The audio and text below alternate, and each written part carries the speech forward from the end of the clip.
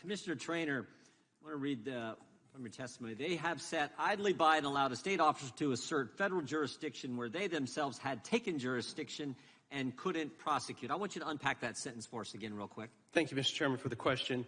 The Department of Justice, all of these claims with regard to the $130,000 from Ms. Daniels stem from a complaint that was filed at the Federal Election Commission following the 2016 election. But you guys were investigating. We were in the process of investigating that. And the DOJ came to you and said, stand down, we're taking over, and give us your information. They asked us to abate that and several other DOJ matters. meeting the Southern District of New York. That's correct. They took your information, and you guys said, you voted to stand down and give it to the federal authority, right? That's correct, Mr. Chairman. And they determined that there was nothing there to prosecute other than Michael Cohen. That's correct. Now, they took a very long time in doing it, and when they sent it back to us, we had no more authority to investigate because they sent it back to us, and we were barred by the statute of limitations from even investigating the normal civil things that we would look at with regard to those type of expenditures. But your point here is they've sat idly by and allowed a state officer to assert federal jurisdiction where they themselves had intervened, to use the word, and taken jurisdiction from you and concluded there was nothing there regarding a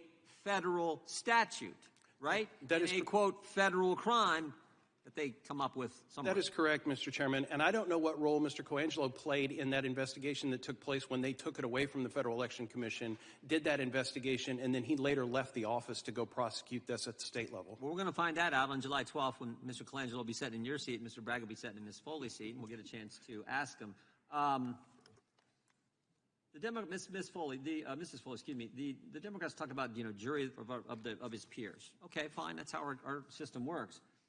But if President Trump didn't learn what the unspecified crime was until the jury got the instructions from the judge, that sort of changes the dynamic a little bit, doesn't it?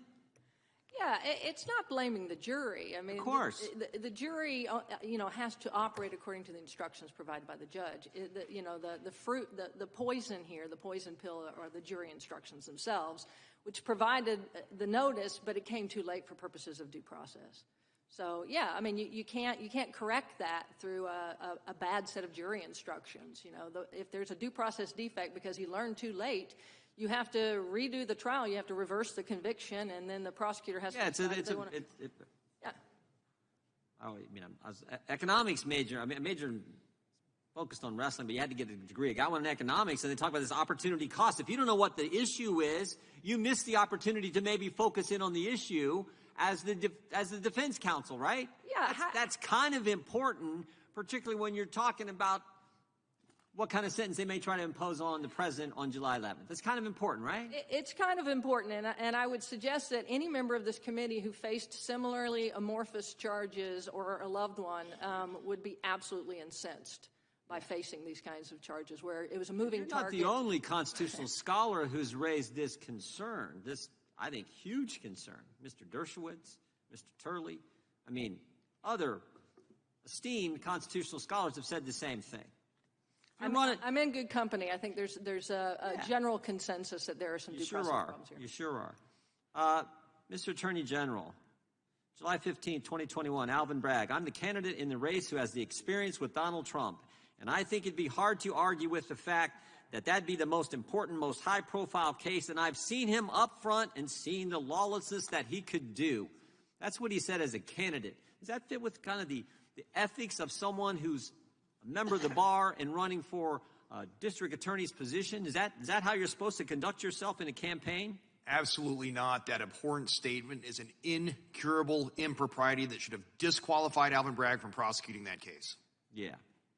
Not to mention, then when he gets the job, he looks at the facts, looks at all the evidence, and he concludes, like, this case, I shouldn't prosecute it. I should do what the Federal Elections Commission did, not prosecute. What the Southern District of New York did, not prosecute. What my predecessor, Cy Vance, did, not prosecute. That's what he wanted to do until the political pressure came.